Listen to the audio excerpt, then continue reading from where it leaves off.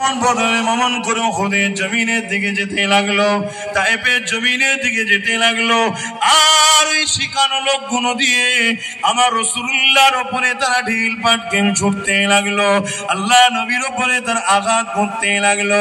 ভেবে দেখেন, যে নবী তোমাকে আমাকে শাফাত করে জান্নাতে নিয়ে যাবে, যে নবী তোমাকে আমাকে এক আল্লাহ চিনিয়েছে, যে নবী তোমাকে আমাকে বাপ মার মহব্বত করা শিখিয়েছে, যে নবীর জন্য তোমার আমার বাপ মা তোমাকে আমাকে এখনো ভালোবাসে, যে রাসূলুল্লাহ তোমাকে আমাকে মানুষ বানিয়েছে, ইনসাফ ইনসানিয়াত শিখিয়েছে, মানব বন্ধন শিখিয়েছে, যে নবী তোমাকে আমাকে এখনো পর্যন্ত সবর করে রয়েছো।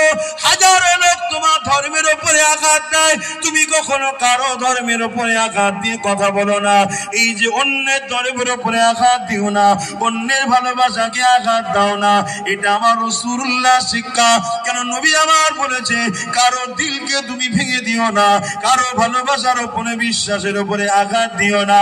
এই বারবার আমার কোরআনকে গালি দেওয়া হয়, আমার রাসূলুল্লাহকে ছোট বড় কথা বলা হয়, আমার আল্লাহর সামনে গুস্তাখি করা হয়, কিন্তু আমরা কখনো অন্য কারো ধর্মের উপরে আঘাত দিই না, কথা বলি না, কারো ধর্মগ্রন্থকে নিয়ে তুচ্ছ তাচ্ছিল্য করি না, কারো ধর্মীয় গুরুকে নিয়ে তুচ্ছ তাচ্ছিল্য করি না, কারো বিশ্বাসকে নিয়ে তুচ্ছ তাচ্ছিল্য করি না, কখনো কারো ধর্মের বিশ্বাসকে স্যান্ডেল বানাই না।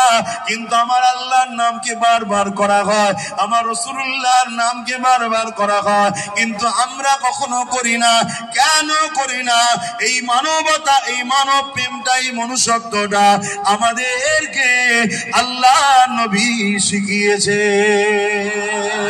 নবী বলেছে, তোমরা যদি আমাকে ভালোবাসো অন্যের ভালোবাসাকে আঘাত দেবে না। নবী বলেছে, তোমরা যদি ইসলামকে ভালোবাসো অন্যের ধর্মের উপরে আঘাত দেবে না। নবী বলেছে, তোমরা যদি কোরআনকে ভালোবাসো অন্যের কিতাবের উপরে আঘাত দেবে না। তোমরা যদি আল্লাহকে ভালোবাসো অন্যের বিশ্বাসের খোদার উপরে আঘাত দিতে যেও না। কেননা জবাব নিবার মালিক তো তুমি নয়, জবাব নিবার মালিক হলো স্রষ্টা আল্লাহ। তুমি মানুষ, সেও মানুষ, মানব বন্ধনে মিলেমিশে থাকো, কিন্তু তোমার ধর্ম, তোমার ইসলাম তুমি পালন করো। কিন্তু আজকে দুঃখের বিষয়, আমার ঘরের হাজারো ছেলেরা